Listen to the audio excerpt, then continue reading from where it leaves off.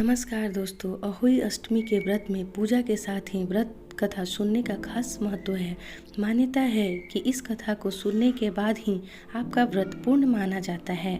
माताएं संतान की दीर्घायु के लिए पूरे दिन निर्जला व्रत करती हैं और फिर दोपहर के बाद अहोई माता की पूजा करती हैं और शाम को तारों को अर्घ्य देकर व्रत तोड़ती हैं। तो आइए जानते हैं अहोई अष्टमी की व्रत कथा। एक साहूकार था जिसके 7 बेटे और 7 बहुएं थीं। दिवाली से पहले कार्तिक अष्टमी को सातों बहुएं अपने इकलौती नंद के साथ जंगल में जाकर खदान की मिट्टी खोद रही थीं। वहां स्याहू की मांद थी। मिट्टी खोदते समय नंद के हाथ से स्याहू का बच्चा मर गया।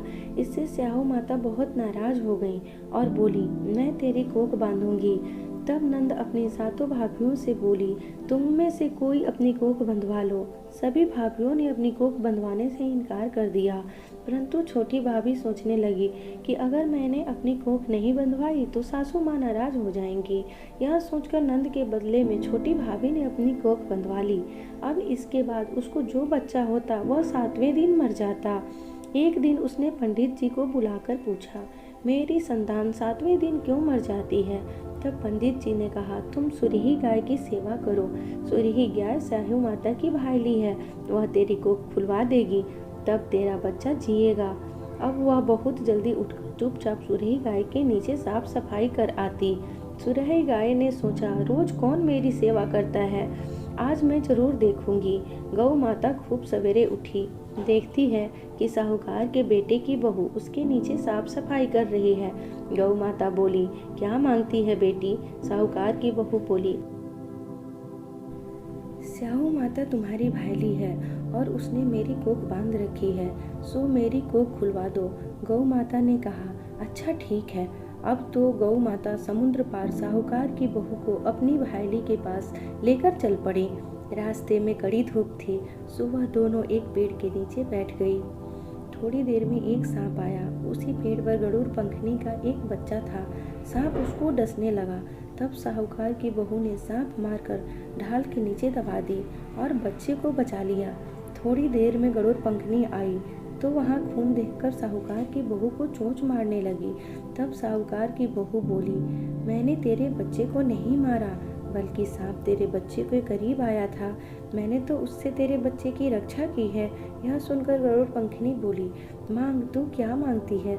वह बोली, समुद्र पार स्याहू माता रहती है, हमें तो उनके पास पहुंचा दे। अब गरुड़ पंखनी ने दोनों को अपने पीठ पर बैठाकर स्याहू माता के पास पहुंचा दिया। स्याहू माता उसको देखकर बोली, आ बहन, बहुत दिनों में आई है। फिर कहने लगी, बहन, मेरे सिर में जुएं पड़ गई है। तब सुरही के कहने पर साहूकार की बहू ने उसकी सारी जुएं निकाल दी।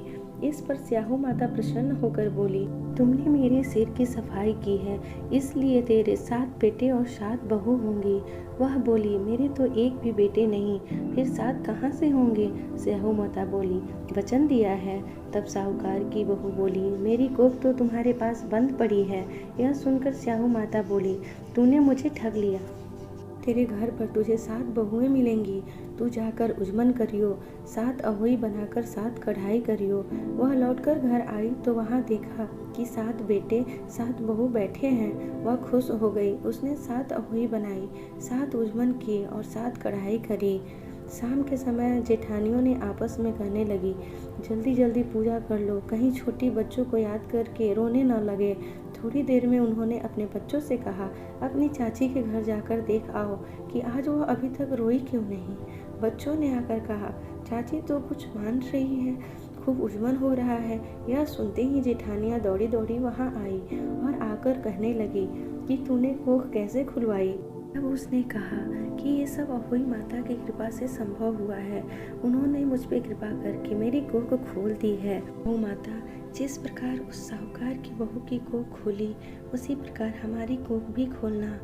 इस कथा को सुनने के लिए एक कटोरी में गेहूं के दाने या फिर हल्दी चावल लेकर कहानी को सुनना चाहिए।